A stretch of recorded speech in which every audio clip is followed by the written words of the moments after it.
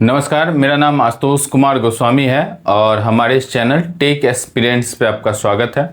हम लोग basic electrical engineering जो कि फर्स्ट सेमेस्टर का सिलेबस है आपको डिप्लोमा इलेक्ट्रिकल इंजीनियरिंग का, तो उसको हम लोग पढ़ रहे हैं और इसमें आज जो टॉपिक सीखेंगे वो है आपका क्या चीज़, तो पोटेंशियल डिफरेंस। ठीक है, देखिए पोटेंशियल डिफरेंस जो है जिसको और मतलब 10th में हम लोग जो अगर हिंदी माध्यम से पढ़ते हैं तो जिसको विभवांतर के नाम से जानते हैं वही क्या है, पोटेंशियल डिफरेंस। कुछ भी नया नहीं है, बस इसको थोड़ा सा समझने की जरूरत है।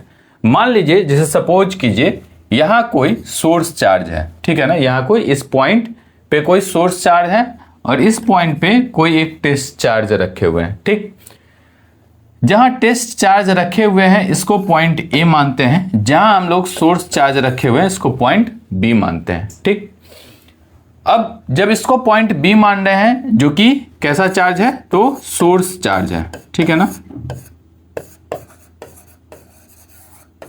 इसको मान लेते हैं कि ये हमारा टेस्ट चार्ज है। ठीक है, बहुत सिंपल हम लोग देख रहे हैं। अब जो ये पॉइंट ए है इसका जो पोटेंशियल है इसको हम लोग कह सकते हैं कि भाई ये क्या है, ये भी ए पोटेंशियल पे है। यहां जो पोटेंशियल है इसको हम लोग कह सकते हैं ये भी बी पोटेंशियल पे है। देखिए कोई भी चार्ज को हम अगर कहीं भी प्लेस करते हैं तो उसके चारों ओर इलेक्ट्रिक फील्ड बनता है। ठीक, कोई भी चार्ज को अगर हम कहीं भी प्लेस करें तो उसके चारों ओर क्या बनता है, इलेक्ट्रिक फील्ड बनता है। ठीक है, अब देखिए अगर हम चाहते हैं कि इस टेस्ट चार्ज को यहां लेकर के आए तो इसका जो इलेक्ट्रिक फील्ड है, इसका जो इलेक्ट्रिक फील्ड है उसके विरुद्ध काम करना होगा और इसको हम लेकर के आ सकते हैं। तो इसको लाने में, ठीक है ना, इसको लाने में जो काम करना पड़ेगा वो कैसा काम करना पड़ेगा, तो आप कहेंगे कि सर इसको लाने में, यहां इस पॉइंट पे लाने में जो वर्क करना पड़ेगा, ये मान लीजिए टेस्ट चार्ज है और इसकी वैल्यू Q0 है, इसका वैल्यू अगर Q है तो इस Q0 को अगर आप यहां लाना चाहते हैं तो आपको वर्क करना पड़ेगा।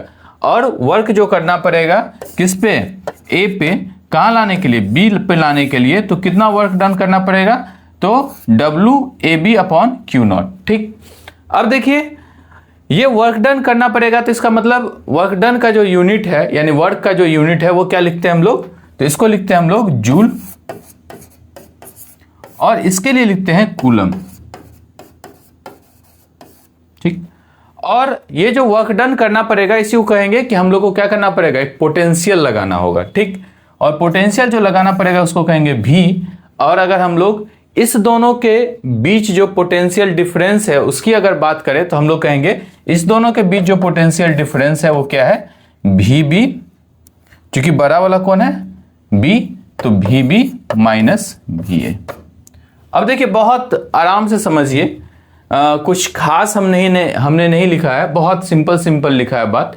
यानी कि जो पोटेंशियल डिफरेंस है इस दोनों पॉइंट के बीच में वो क्या होगा, भी बी माइनस भी ए होगा। ठीक, ये पोटेंशियल है आपका और ये कितने के बराबर होगा, तो आपको जितना काम करना पड़ेगा, वर्क डन करना पड़ेगा ए चार्ज को बी तक ले जाने में, और वो कितना करना पड़ेगा, तो WAB अपॉन Q0। ये मान लीजिए इसका यूनिट होगा जूल और इसका यूनिट क्या होगा, कूलम। तो इससे हम लोग ये समझ सकते हैं कि भाई पोटेंशियल डिफरेंस का यानी कि जो यूनिट है वो क्या होगा, तो इसका जो यूनिट है वो हम लोग कर सकते हैं कि जूल पर कूलम होगा।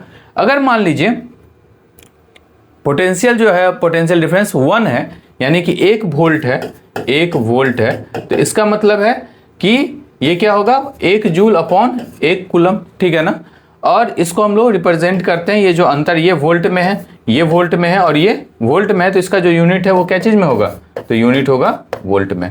देखिए बहुत ये बेसिक चीज आपको मैं बताया हूं, कुछ खास नहीं है इसमें, बहुत मौलिक चीज मैं आपको डिस्कस किया हूं। अब इसके बाद हम लोग ये क्या कहते हैं, डिफिनेशन सब देखेंगे, लेकिन पहले तो आप इन चीजों को समझ लें। देखिए इसको आप समझ लेंगे तो क्या होगा, आपको थोड़ा सा दिमाग में पिक्चर क्लियर होगा। जैसे मान लीजिए ये चार्ज Q0 है, इसको आप यहां तक लाना चाह रहे हैं और इसके पोटेंशियल डिफरेंस के विषय में एक कहानी सुनाया जाता है। कहानी ये सुनाया जाता है कि आप 10th क्लास में भी पढ़े होंगे। मान लीजिए ये एक बकेट है ना, और ये एक दूसरा बकेट है। ठीक, क्लियर है बात, और इसमें इतना पानी भरा हुआ है, मान लीजिए यहां तक पानी भरा हुआ, और एक पाइप से इस दोनों को कनेक्ट किया गया है, ठीक। तो इस जैसे ही पाइप से कनेक्ट करेंगे तो ये पानी क्या होगा, इसमें आने लगेगा। क्यों आएगा, क्योंकि ये यहां तक भरा हुआ है और ये हाई पोटेंशियल पे है, ठीक है ना, और ये कैसा पोटेंशियल पे है, लो पोटेंशियल पे है। तो ये पानी आएगा और कब तक आएगा, जब तक इस दोनों का लेवल बराबर नहीं हो जाए, ठीक। तो ऐसा कहानी हमको सुनाया जाता है। खैर ये एक अलग विषय है। अभी हम लोग जो डेफिनेशंस के माध्यम से यहाँ पे टेक्निकली समझ रहे हैं, ये 10वीं क्लास में ऐसा आपको चित्र बनाया हुआ है, इमेज बनाया हुआ फिगर, और उससे समझाया जाता है कि हाई पोटेंशियल पे लो पोटेंशियल पे इस दोनों का जो अंतर होगा उसको हम लोग विभवांतर कहेंगे, पोटेंशियल डिफरेंस कहेंगे। लेकिन यहाँ पे हम लोग समझे कि अगर एक चार्ज है, इसके चारों ओर इलेक्ट्रिक फील्ड है, इस चार्ज को इस इलेक्ट्रिक फील्ड के अगेंस्ट हमको यहाँ पर ले जाना पड़े तो उसके लिए जो काम करना पड़ेगा वो WAB करना पड़ेगा, क्योंकि A को हम B तक ले जा रहे हैं और कितना चार्ज ले जा रहे हैं Q0, तो उसको हम लोग Q0 से डिवाइड कर देंगे। इसका यूनिट जूल होगा, इसका यूनिट कूलम होगा। इस दोनों के बीच का जो अंतर है उसको V से रिप्रेजेंट करते हैं। यहाँ का जो पोटेंशियल है वो VB है, यहाँ का पोटेंशियल जो है वो VA है, और इसका जो डिफरेंस है वो क्या होगा, वोल्ट होगा। 1 वोल्ट हम लोग का तब कहेंगे जब 1 जूल वर्क करना पड़े 1 कूलम चार्ज को ले जाने के लिए। क्लियर है बात। अब इस सारे बातों को हम लोग डेफिनेशंस के माध्यम से समझते हैं। तो देखिए डेफिनेशंस के माध्यम से हम लोग समझेंगे तो क्या लिखा गया है कि जो पोटेंशियल डिफरेंस है, क्या लिखे हम लोगों ने कि भाई जो पोटेंशियल डिफरेंस है, ठीक है ना, बिटवीन 2 पॉइंट, 2 पॉइंट के बीच में, 2 पॉइंट के बीच में जो पोटेंशियल डिफरेंस है इन एन इलेक्ट्रिक फील्ड, किसी इलेक्ट्रिक फील्ड में, इसके चारों ओर भी इलेक्ट्रिक फील्ड है और इसके चारों ओर भी क्या है, इलेक्ट्रिक फील्ड है, मे बी डिफाइंड एज, इसको हम लोग कैसे डिफाइन करते हैं, as the amount of work done, उतना amount of work done in moving a unit positive charge. इससे मान लो 1 यूनिट पॉजिटिव चार्ज है, इस यूनिट पॉजिटिव चार्ज को लाने में कितना वर्क डन करना पड़ेगा, charge from 1 point to other, मतलब एक जगह से अगर दूसरी जगह हम लाते हैं तो उसमें कितना वर्क करना पड़ेगा against the electrostatic force. Electrostatic force क्यों कह रहे हैं, क्योंकि इसके चारों ओर इलेक्ट्रिक फील्ड है और इस इलेक्ट्रिक फील्ड के विरुद्ध ही तो लेकर के आएंगे। ये अपना जगह नहीं छोड़ना चाह रहा है, हम चाहते हैं इसको यहां तक लाना। तो मान लीजिए यहां एक यूनिट पॉजिटिव चार्ज है, एक यूनिट पॉजिटिव चार्ज है और इसको ये प्लेस है A, ये प्लेस है B, A से हम B तक लाना चाह रहे हैं। तो कितना जो वर्क डन करना पड़ेगा उसी को हम लोग क्या कहते हैं, तो potential difference. The potential difference between 2 point in an electric field, एक इलेक्ट्रिक फील्ड में पोटेंशियल डिफरेंस जो 2 पॉइंट के बीचों में है, may be defined as the amount of work done, कितना काम करना पड़ रहा है in moving a unit positive charge, एक यूनिट पॉजिटिव चार्ज को लाने में from 1 point to other against the electrostatic force. Electrostatic force के विपरीत हम लोग अगर एक पॉइंट से दूसरे पॉइंट तक में किसी यूनिट पॉजिटिव चार्ज को लेकर के जा रहे हैं तो उसमें कितना वर्क डन करना पड़ेगा, वही क्या है, उसका पोटेंशियल डिफरेंस है। खैर इसको थोड़ा सा और आगे समझते हैं। हम लोग कैसे समझेंगे कि 1 वोल्ट हुआ, ठीक है ना, तो क्या कर रहा है कि hence the potential difference between 2 point, 2 point के बीच में जो पोटेंशियल डिफरेंस है इन एनी इलेक्ट्रिक फील्ड, किसी भी इलेक्ट्रिक फील्ड में, is set to be 1 volt. इसको हम लोग 1 वोल्ट कहेंगे। कब 1 वोल्ट कहेंगे, if 1 joule, 1 joule of work has to be done, मतलब 1 जूल काम किया गया in moving a positive charge of 1 coulomb, 1 coulomb, मान लीजिए यहाँ 1 कूलम चार्ज है, 1 कूलम चार्ज है और यहाँ पॉइंट है, ये पॉइंट A है और ये पॉइंट B है। तो इस 1 कूलम चार्ज को यहां तक लाने में, ठीक है ना, अगर हम लोग 1 जूल वर्क डन करते हैं, ठीक है ना, क्या कर रहा है कि hence the potential difference between 2 point in any electric field is set to be 1 volt, 1 volt कहा जाएगा। कब, if 1 joule, 1 joule of work has to be done in moving a positive charge of 1 coulomb from 1 point to another against electrostatic force.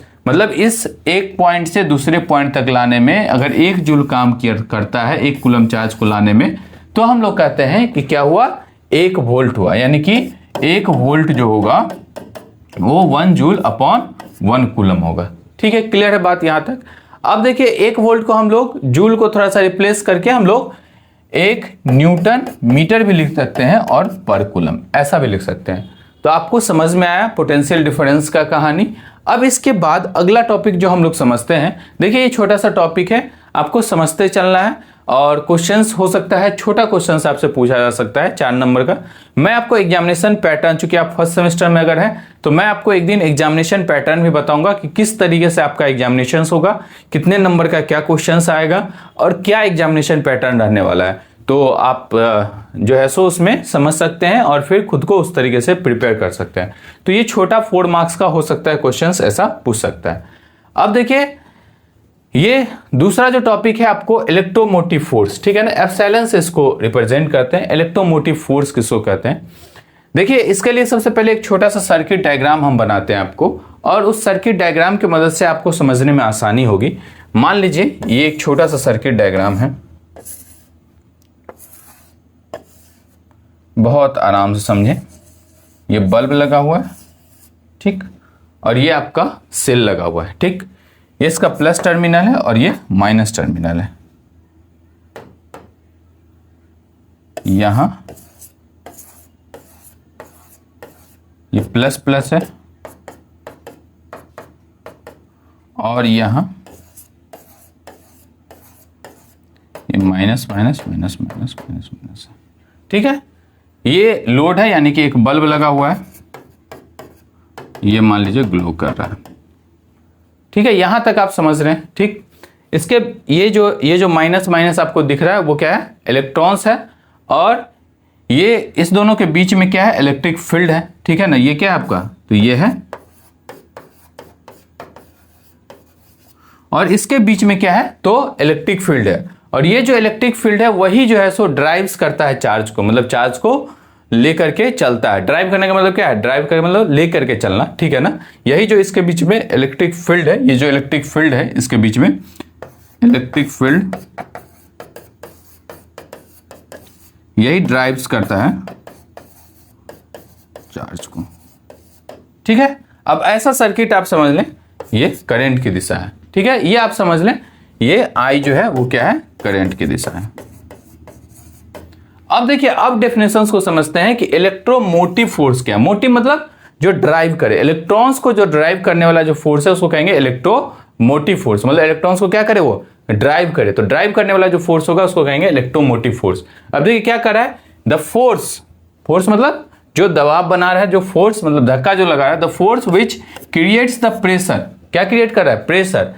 और that cause the current, जिस कारण से क्या हो रहा है? करंट जो है, current to flow through a conductor, और इसी के कारण जो करंट फ्लो करता है कंडक्टर में उसको कहते हैं हम लोग इलेक्ट्रोमोटिव फोर्स, और ईएमएफ कहते हैं। मतलब वो फोर्स जिस कारण से, the force which creates the pressure, जिससे क्या क्रिएट होता है? फोर्स से प्रेशर क्रिएट हो रहा है। इस फोर्स के कारण क्या क्रिएट हो रहा है? तो प्रेशर क्रिएट हो रहा है, और इस प्रेशर के कारण क्या हो रहा है? प्रेशर के कारण करंट जो है वो क्या कर रहा है? This cause the current to flow, और इसके कारण क्या हो रहा है? करंट फ्लो करता है। कहां करंट फ्लो करता है? किसी कंडक्टर में। तो इस फोर्स को कहते हैं हम लोग क्या चीज? तो इलेक्ट्रोमोटिव फोर्स। क्या कहते हैं? Electromotive force.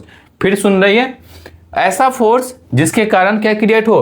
प्रेशर, और उस प्रेशर के कारण क्या बहे? करंट, और करंट जो बहे वो कहां बहे? तो कंडक्टर में, और जिस फोर्स के कारण ये बहता है उसको कहते हैं इलेक्ट्रोमोटिव फोर्स या फिर ईएमएफ, ठीक। अब ये क्या होगा? कितना होगा? तो देखिए ये इक्वल होगा, it is equal to the potential difference. किसके इक्वल होगा? पोटेंशियल डिफरेंस के, between the terminal of the cell, किसी सेल के टर्मिनल के बीच का जो पोटेंशियल डिफरेंस है उसके इक्वल होगा।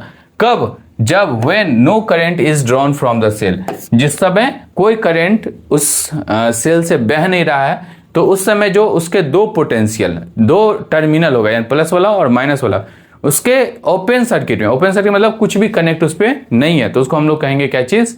ईएमएफ, ठीक है ना। It is equal to the potential difference between the terminal of the cell in an open circuit. Open circuit में when no current is drawn from the cell, जब कोई current cell से नहीं लिया जा रहा है, तो उस समय जो उसके बीच का जो फोर्स होगा उसको कहेंगे इलेक्ट्रोमोटिव फोर्स, ठीक। अब देखिए ये प्लस प्लस वाला है, ये माइनस माइनस वाला है, तो इसके बीच में जो है इलेक्ट्रिक फील्ड जो होगा वही क्या करेगा? चार्ज को लेकर के चलेगा। मतलब electric field drives charge, electric field जो होगा वही चार्ज को ड्राइव करेगा, मतलब मूव करवाएगा। क्लियर है बात? अब इसको थोड़ा सा और समझिए, ईएमएफ किसके बराबर होगा? ईएमएफ जो होगा आपको, ईएमएफ वो किसके बराबर होगा? तो ईएमएफ होगा वर्क डन, मतलब कितना काम करना पड़ रहा है, वर्क डन और upon charge, work done upon charge. ठीक, ईएमएफ किसके बराबर होगा, वर्क डन अपॉन चार्ज के बराबर। क्यों, क्योंकि आपको फोर्स लगाना पड़ रहा है, तो फोर्स लगाना पड़ रहा है तो यानी कि वर्क डन हो रहा है। और किस लिए फोर्स लगाना पड़ रहा है, तो चार्ज को मूव करवाने के लिए, क्योंकि चार्ज मूव होगा तभी करंट बहेगा। तो फोर्स और नीचे क्या हो गया, चार्ज। तो वर्क डन मतलब फोर्स लगाने, काम करना पड़ा है, वर्क डन। तो वर्क डन के लिए यूनिट क्या लिखते हैं, W। वर्क डन के लिए क्या लिखेंगे, W। और चार्ज के लिए क्या लिखेंगे, तो चार्ज के लिए कूलम, यानी कि चार्ज के लिए Q। ठीक है ना, तो W upon Q, work done upon charge यानी कि W अपॉन Q।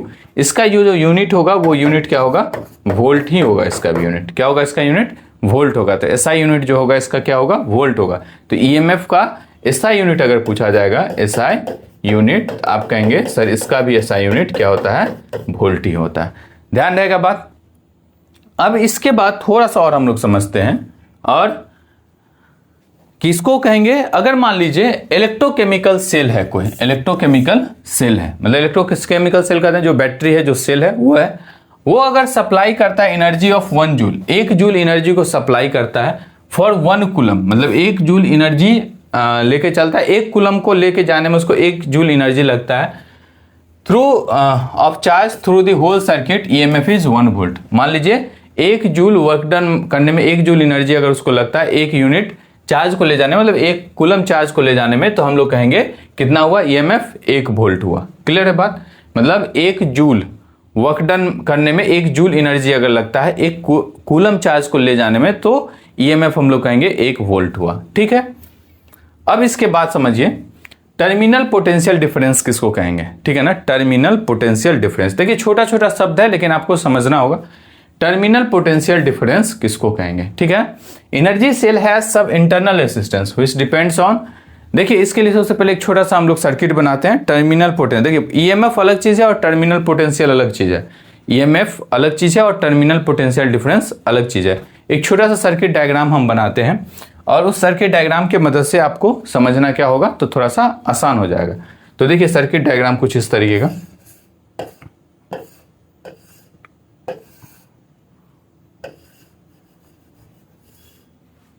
ऐसा एक सर्किट डायग्राम बनाएंगे, है ना, ठीक है। ये आपका क्या हो गया, सेल हो गया, और ये क्या हो गया, ये एक छोटा सा लोड हो गया, ठीक है ना। इसको लिख दिए आर लोड, एक रेसिस्टिव लोड है, और ये सेल हो गया। अब इस सेल में एक बैटरी ऐसा बना दिए और एक रेसिस्टेंस बना दिए, इसको नाम दे दिए आर, स्मॉल आर, ठीक है ना। और इस बैटरी का जो ईएमएफ है उसको एप्सिलॉन कह दिए, ठीक है। ये सेल है।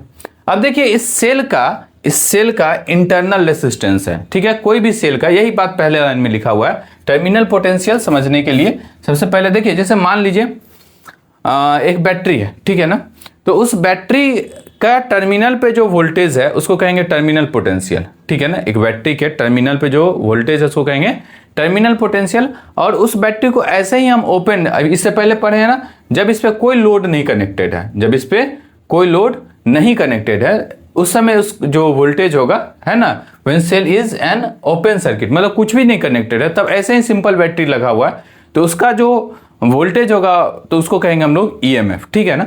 अब देखिए यहां समझिए बातों को, क्या कहना चाह रहा है कि क्या कह रहा है कि every cell has some internal resistance, हर सेल का कुछ इंटरनल रेसिस्टेंस है, विच डिपेंड्स ऑन, जो कि किन बातों पे डिपेंड करता है, डिस्टेंस बिटवीन इलेक्ट्रोड्स, दो इलेक्ट्रोड्स जो होगा सेल में उसके बीच में क्या डिस्टेंस है, दूरी है, एरिया ऑफ इलेक्ट्रोड, इलेक्ट्रोड्स का एरिया क्या है, उसके बाद उसका टेम्परेचर क्या है, ठीक है ना। इलेक्ट्रोड्स कहते हैं हम लोग, इसका जो दो सिरा होता है, मतलब प्लस वाला सिरा और माइनस वाला सिरा, उसको कहते हैं हम लोग इलेक्ट्रोड्स, ठीक है। उसके बाद इलेक्ट्रोलाइट का डेंसिटी क्या है, ठीक है ना, इलेक्ट्रोलाइट का डेंसिटी क्या है, ठीक। इलेक्ट्रोलाइट मतलब उसमें जो केमिकल्स डाले हैं उसका डेंसिटी क्या होगा, और देयर इस सब से मतलब उस दोनों के इलेक्ट्रोड्स के बीच में दूरी, या और इलेक्ट्रोड्स का एरिया, और उसका टेम्परेचर, और उसके इलेक्ट्रोलाइट्स का डेंसिटी, इन सारे चीज़ों को मिला करके क्या होता है, इन सारे चीज़ों के कारण होता है there is some voltage drop, ठीक है। मतलब जितना उसका इंटरनल वोल्टेज होता है और जो टर्मिनल का वोल्टेज होगा उसमें अंतर हो जाएगा, ठीक। और the net voltage available at the terminal is connected to any external circuit या load is known as terminal potential. अब इस दोनों का जो जहां किसी लोड के पास, मतलब यहां पे अगर हम लगा रहे हैं इस लोड के पास, अब जो यहां पे जो वोल्टेज होगा उसको हम लोग कहेंगे टर्मिनल पोटेंशियल। ठीक है, क्या कहेंगे उसको? Terminal potential.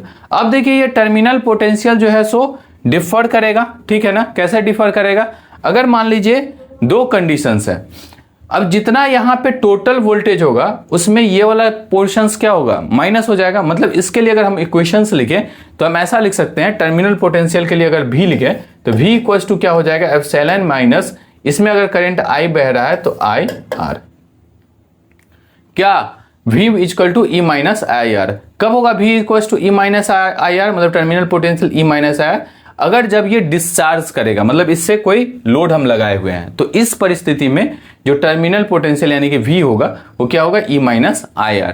कब होगा E माइनस IR? तो जब ये जब डिस्चार्ज के कंडीशंस में होगा। कैसे कंडीशंस में होगा? डिस्चार्जिंग के कंडीशन में, ठीक है। और वहीं पे V इक्वल टू हो जाएगा एप्सिलॉन प्लस IR। ये कब होगा? तो जब ये चार्ज हो रहा होगा, चार्जिंग के कंडीशन में। तो ये है टर्मिनल पोटेंशियल्स की कहानी। अब जब ये टर्मिनल पोटेंशियल्स की हम बात कर लिए तो दो चीज और यहां से आता है जो हम लोग को समझना चाहिए। दो चीज आता है, वो ये है आइडियल वोल्टेज सोर्स, ठीक है ना। Ideal voltage source, ideal voltage source हम लोग कहते हैं कि अगर मानते हैं कि कोई वोल्टेज सोर्स है, उसका इंटरनल रेसिस्टेंस क्या है? 0 है। ऐसा वोल्टेज सोर्स जिसका इंटरनल रेसिस्टेंस अगर क्या हो जाए? 0 हो जाए, तो उसको हम लोग कहते हैं आइडियल वोल्टेज सोर्स। ऐसा वोल्टेज सोर्स जिसका इंटरनल रेसिस्टेंस क्या हो जाए? 0 हो जाए, तो उसको कहते हैं हम लोग आइडियल वोल्टेज सोर्स। ठीक, अब देखिए इंटरनल रेसिस्टेंस 0 होने का मतलब क्या हुआ? इंटरनल रेसिस्टेंस 0 होने का मतलब क्या है? इंटरनल रेसिस्टेंस 0 होने का मतलब ये है कि ये वाला जो पोर्शंस है वो कुछ भी हो ही नहीं, ठीक है ना। मतलब जितना उसके EMF है उतना उसका टर्मिनल वोल्टेज हो जाए, ठीक है ना, तभी तो इंटरनल रेसिस्टेंस 0 होगा। मतलब ये सारा कुछ हो ही नहीं।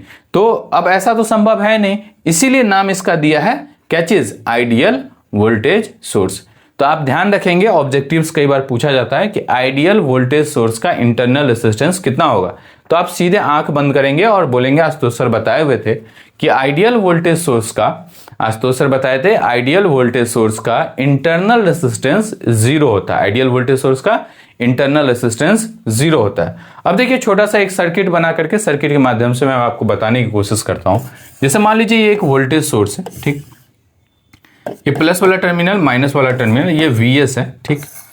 और इस तरीके का अगर हमको समझ में आएगा, मतलब कहीं कोई रेसिस्टर लगा ही नहीं है, कहीं कोई रेसिस्टर लगा ही नहीं है। मतलब इसका अगर टर्मिनल वोल्टेज यहाँ पे अगर प्लस माइनस V है, ये सोर्स का वोल्टेज VS यानी सप्लाई का वोल्टेज VS है, और यहाँ वोल्टेज V है, तो इसका मतलब क्या है कि कहीं भी कोई ड्रॉप है ही नहीं। और ड्रॉप नहीं होने का मतलब क्या है कि VS इक्वल्स हो जाएगा, मतलब इसमें कोई ड्रॉप है ही नहीं। तो हम ऐसा लिख सकते हैं VS minus V equals to 0, या फिर ऐसा लिख सकते हैं VS इक्वल्स टू V। मतलब VS जो होगा, मतलब सप्लाई का जो वोल्टेज होगा यानी कि जो EMF होगा, वही जो है सो टर्मिनल पोटेंशियल हो जाएगा। अब देखिए ऐसे में अगर हम लोग ग्राफ बनाते हैं तो ये ग्राफ जो है सो अगर मान लीजिए ग्राफ हम लोग ड्रॉ करते हैं किसके बीच में? तो सप्लाई का जो मतलब सोर्स का जो करंट है IS और VS के बीच में, तो ये हमको एक स्ट्रेट लाइन मिलता है। क्या मिलता है? स्ट्रेट लाइन मिलता है। क्यों? क्योंकि यहाँ पे VS जो है वो V के इक्वल है। VS जो है वो किसके इक्वल है? V के इक्वल है। मतलब ये जो लाइन है वो किसका लाइन है? V का लाइन है। ठीक, क्लियर है बात। अब इसी का भाई है कैसा सोर्स? तो ये आइडियली होना तो संभव है ही नहीं, लेकिन हमको को पढ़ना है। अभी हम लोग समझेंगे प्रैक्टिकल वोल्टेज सोर्स के बारे में। किसके बारे में समझेंगे? प्रैक्टिकल वोल्टेज सोर्स के बारे में। देखिए सेम डायग्राम बनाएंगे ऐसा, लेकिन इसमें क्या होगा? तो एक रेजिस्टेंस हो जाएगा, है ना। इसमें करंट मान लीजिए I बह रहा है। ये है प्रैक्टिकल वोल्टेज सोर्स। कैसा वोल्टेज सोर्स है? Practical voltage source. ठीक, ये मान लीजिए रेजिस्टेंस R है, यहाँ जो वोल्टेज है टर्मिनल पे वो है V। अब इस परिस्थिति में अगर हम लोग इक्वेशंस लिखें, तो क्या लिखेंगे? तो VS, इसमें मान लीजिए I करंट जा रहा है, I करंट बह रहा है, और ये मान लीजिए R है, तो क्या लिख देंगे? ये R मान लीजिए इंटरनल रेजिस्टेंस का R है, R इन, तो क्या लिखेंगे minus I into R in. ठीक है, क्योंकि इसके क्रॉस का जो वोल्टेज होगा आप कुछ नहीं, ये तो केसीएल से ऐसे ही आप केवीएल से ऐसे ही समझ जाएंगे आगे चल के, लेकिन अभी बस आप इतना समझ लें कि इसके क्रॉस का जो वोल्टेज होगा, तो वोल्टेज के लिए आप सिंपल ओम्स लॉ का अगर फॉर्मूला पढ़े होंगे तो V इक्वल टू क्या लिखते हैं आई आर। तो I मतलब इसमें जो बह रहा है करंट I और इसका रेजिस्टेंस कितना है R इनपुट। ठीक है ना, तो आई आर, जहां से करंट इंटर करता है उसको हम लोग प्लस मानते हैं, जहां से लीव करता है उसको माइनस मानते हैं। ऐसा मान सकते हैं, आप चाहें तो इसका उल्टा ही मान सकते हैं, लेकिन अब फिलहाल आप इतना समझ लें कि जहां से करंट इन करता है उस टर्मिनल को प्लस माने, तो जहां से लीव करता है उसको क्या मानेंगे माइनस। तो इसमें लीव कर रहा है कहां, यहाँ पे माइनस, तो क्या लिख दिए माइनस आई मतलब करंट आ रहा है जितना, और आर इन मतलब इसका जो रेसिस्टेंस है। ठीक है, सिंपल है, कोई दिक्कत परेशानी नहीं है। यहाँ जो वोल्टेज है यानी कि ये हो जाएगा माइनस बी, और इस टोटल एक लूप में जो वोल्टेज होता है, सम ऑफ वोल्टेज, वो कितना होता है 0 होता है। तो ये इक्वेशन हम लिख दिए सिंपल। अब देखिए यहां से अगर हम V निकाले तो V इक्वल टू क्या हो जाएगा Vs minus I into R in. देखिए कोई दिक्कत परेशानी इसमें नहीं है। अब देखिए इसमें सिंपल आप समझे कि अगर रेसिस्टेंस का वैल्यू जितना बढ़ेगा उतना ही V का वैल्यू क्या होगा घटेगा। तो आप कहेंगे सही है बात, ये R का वैल्यू जितना बढ़ेगा तो ये गुना में है, तो ये पूरा चीज गुना हो जाएगा और इसमें से उतना क्या होगा घटेगा। यानी कि R इन का वैल्यू बढ़ेगा तो इसका मतलब V का वैल्यू क्या होगा कमेगा।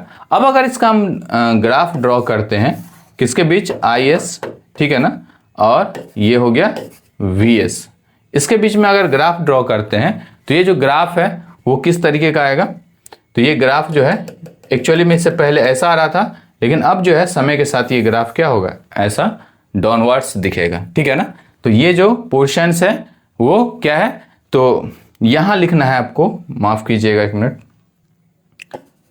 यहां लिखना है V और यहां लिखना है क्या चीज VS। ठीक है, तो ये हो गया आपको सोर्स का वोल्टेज मतलब ऐसा, और ये ग्राफ हम बनाए हैं V और IS के बीच में, यानी कि ये टर्मिनल का वोल्टेज है जो कि क्या हो रहा है डाउन हो रहा है। क्लियर है बात, समझ में आ रही है। तो ये हो गया आपको प्रैक्टिकल वोल्टेज सोर्स, यानी कि अगर जैसे जैसे हम इसकी वैल्यू को बढ़ाएंगे तो ये वैल्यू क्या होगा डाउन होगा।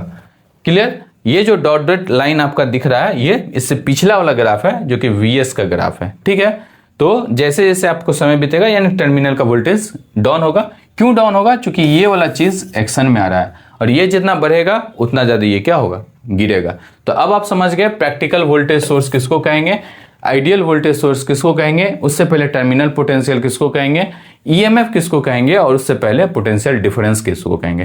तो ये 5 टॉपिक हम लोगों ने इसमें कवर किया है। उम्मीद करते हैं कि आपको अच्छा लगेगा। आप पूरा वीडियोस को देखिएगा और देन आफ्टर आपको कोई डाउट होगा तो उसको कमेंट कीजिएगा, और हम फिर नेक्स्ट जो लेक्चर लेकर के आएंगे उसमें कोशिश करेंगे कि आपके डाउटों का मैं जवाब दे सकूं। बहुत बहुत धन्यवाद, नमस्कार।